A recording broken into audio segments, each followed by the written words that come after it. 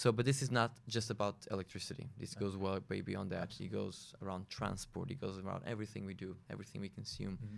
Will have a carbon footprint.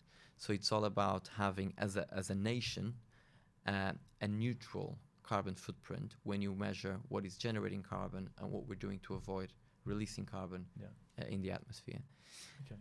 I just feel like, I mean, that makes perfect sense, but that feels like it's rife for carve-outs because, if we look at shipping container ships that are registered with a flag carrier that is a completely different and invariably very small country, well, that country is probably, if they're responsible for the emissions of that fleet of ships, how are they ever going to get to where they need to be? And should we admonish ourselves of responsibility for that, for not only the shipping but the products that are on them? That we don't make anything, particularly in the UK. We buy it from all over the place. How do we reconcile that?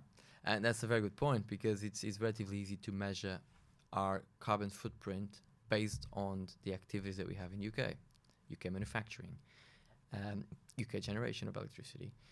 The problem, as you pointed out, it's quite a wide economy at the moment. Most of the items that one acquires or consumes are not manufactured in the UK. So as you said, you might have shipping to consider. You might have manufacturing processes in countries that perhaps will have regulatory frameworks not as let's say demanding from a sustainability perspective, from a CO2 generation perspective.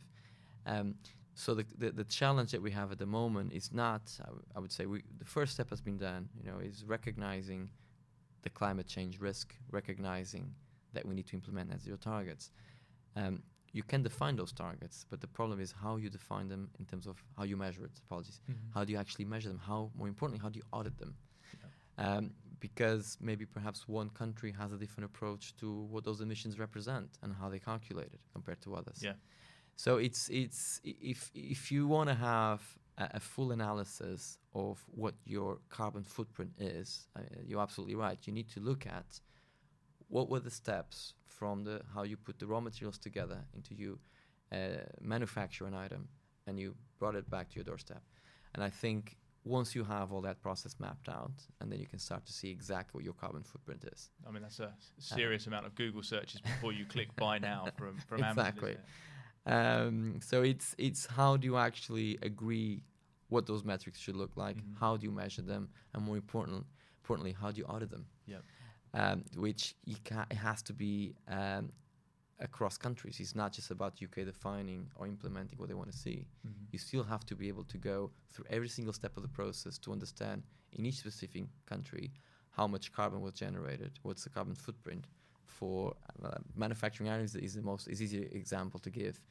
But it could be anything from services, it all depends on how are you prepared to account for the carbon that you generated. It's very easy for countries to say, oh yes, we're installing significant amount of renewables, so our carbon footprint has reduced significantly. Yes, but what about the items we import every year to the UK? Are we accounting for that? So it's an interesting discussion. It's encouraging to see that debate is happening. I think we're giving all the right steps, but it does feel that we're still 30 years away for the 2050 net zero targets. But this time goes by quite fast, and if you don't implement the right systems and the right initiatives now, most likely we're going to miss those targets.